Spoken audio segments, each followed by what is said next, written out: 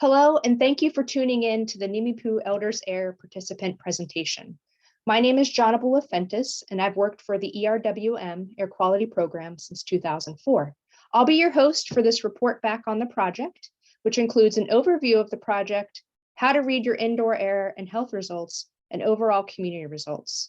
You'll also be hearing from Howard Teasley, who is the Interim Director and Forest Land Operation Lead with the Forestry and Fire Management Division for the tribe, Chrissy Garcia, School Health Specialist in the Community Health Department at Nimipu Health, and Ethan Walker and Annie Belcourt with the School of Public Health and Community Health Sciences at the University of Montana.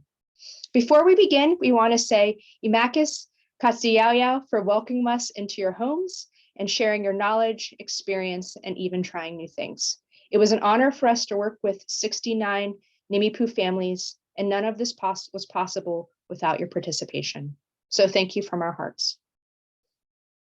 Next slide. Before we hop into the EldersAir recap and data, we want to remind folks of our history with projects with the University of Montana. The air quality program formed a relationship with Doctors Tony Ward and Curtis Noonan in 2006, and our initial projects focused on children with asthma living in wood-burning homes. You may have heard about the wood stove upgrades that occurred in these houses as part of that participation.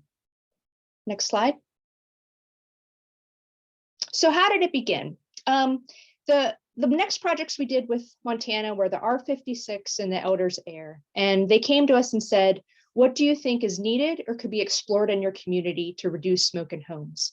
And the question timed up well because Forestry and Fire Management Division, who we'll hear from more today, we're exploring options for the senior wood delivery program and moving away from the vendor delivery.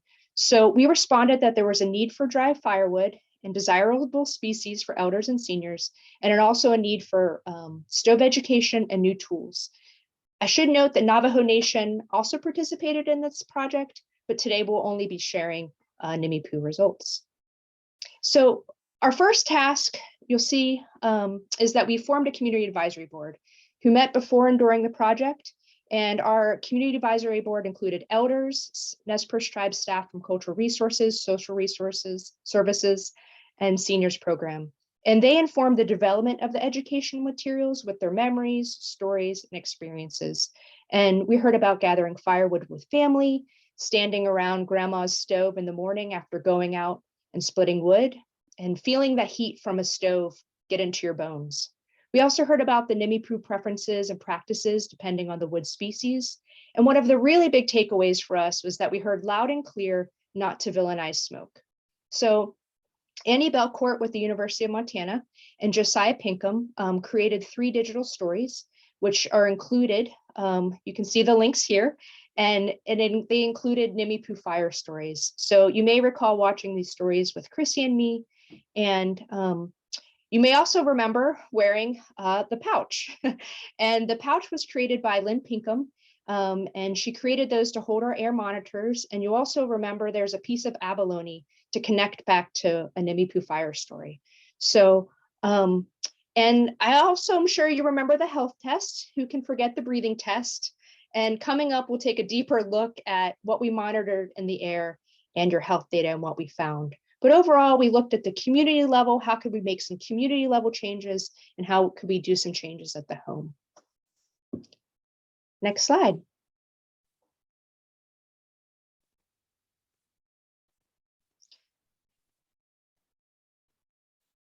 Howard, take it away. Thank you, John, and the rest of you. I appreciate this opportunity to speak to our elders that will be watching this and other outside folks.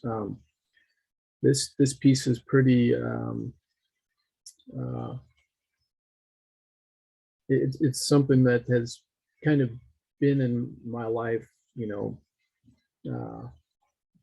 since I've been here on the reservation and off the reservation. But the firewood is traditional and social and just a substance piece. You know, we all talk about fisheries and hunting, but wood is a big part of Nimipu life as well. So It is used, like I said before, heat for cooking, for actual just for sweat lodges as well. So there's several different uses, and for us, the tribe and our division, we're looking at a better way to develop this project to help our seniors and elders, disabled and single parents. And the air quality piece came along, and this grant really helped springboard our department into kind of the firewood realm. It allowed us the ability to start servicing elders easier than had been previously done before. It just basically, between us and social services, it allowed us to bring a good quality firewood and the correct species to our people, and allow them to go outside, get a piece of firewood, and know that it's dry and seasoned correctly.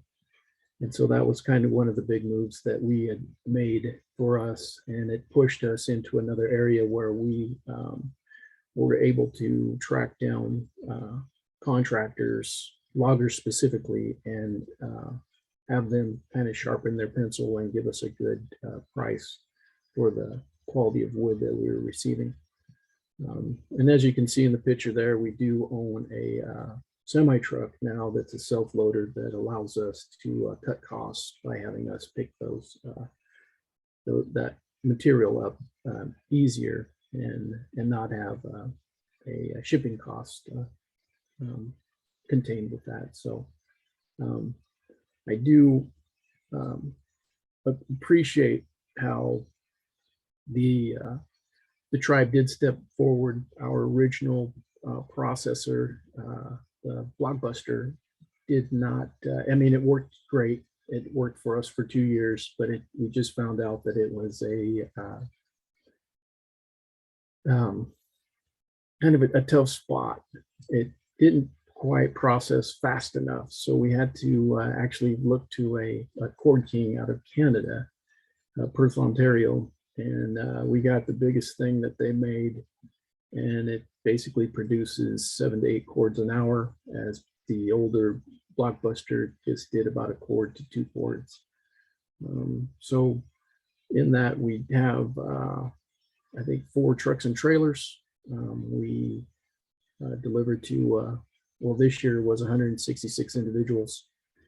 Years past, it's been higher and lower. But it does allow us, through procurement and processing and the delivery side, to get this product to our elders as fast as possible. So we're looking at a 6 to 7 week window in the fall, and we just make sure that everything's ready to go. We pick our 3 best guys for our crew, and that's all they do. 5 days a week, 50 hours a week, to get this wood out to our elders and seniors. So, but that's kind of a brief synopsis of forestry fire management and our firewood side. So I'll give it back to John. Well, thanks, Howard. And yeah, we were pretty excited. The wood yard was our first step in the project after the community advisory board, and it was the first.